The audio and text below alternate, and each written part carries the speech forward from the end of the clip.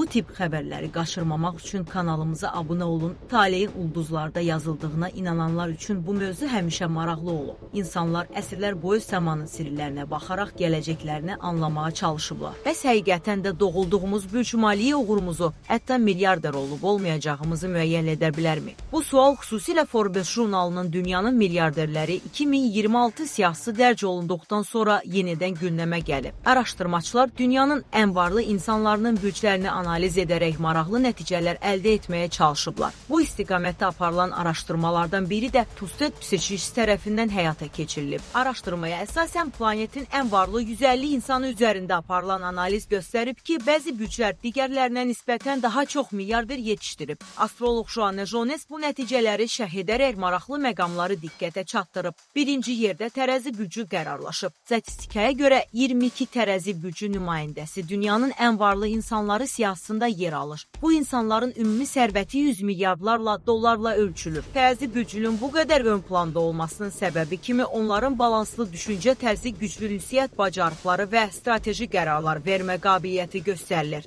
Bu bürcün nümayəndələri arasında Alicə Walton, Ken Griffin və Alain Wertheimer kimi məşhur milyarderlər də var. İkinci pillədə buğa bürcü qərarlaşıb. Bu bürcün nümayəndələri daha çox səbirli və məqsədyönlü xarakterləri ilə seçilir. Onlar uzun müddətli planlar qurmağı və sabit şəkildə irəliləməyi üstün tuturlar. Bu xüsusiyyətlər isə böyük sərvət toplamaq üçün vacib sayılır. Buğa bürcünün məşhur nümayəndələri arasında Mark Zuckerberg və Erich Sejmit kimi texnologiya nəhənglərinin liderləri yer alır. Üçüncü yerdə isə balıqlar bürcü gəlir. Balıqlar daha çox intuisiya və yaradıcılıqları ilə fərqlənirlər. Onlar bazar trendlərini digərlərindən daha tez hiss edir və yeniliklərə açıq olurlar. Bu xüsusiyyətlər xüsusilə moda, lüks və innovasiya sahələrində uğur qazanmağa kömək edir. Bu bürcün tanınmış milyarderləri arasında Bernard Arnault və Bill Clinton var. Digər tərəfdən bəzi bürclər milyarderlər siyahısında daha az təmsil olunur. Məsələn, Oğlaq və Oxatan bürcləri ən aşağı göstəricilərə sahibdir. Hər iki bürcdən cəmi 5 nəfərin siyahıya düşməsi diqqət çəkir. Astrologlar bunu onların xarakter xüsusiyyətləri ilə əlaqələndirirlər. Oğlaqlar daha çox ehtiyatlı və riskdən qaçan, Oxatanlar isə azadlığı sevən və macərapərəst olduqları üçün böyük biznes uğurlarına çatmaqda bəzən çətinlik çəkə bilirlər. Amma burada çox vacib bir məqam var. Astroloji analizlər yalnız statistik müşahidələrə əsaslanır.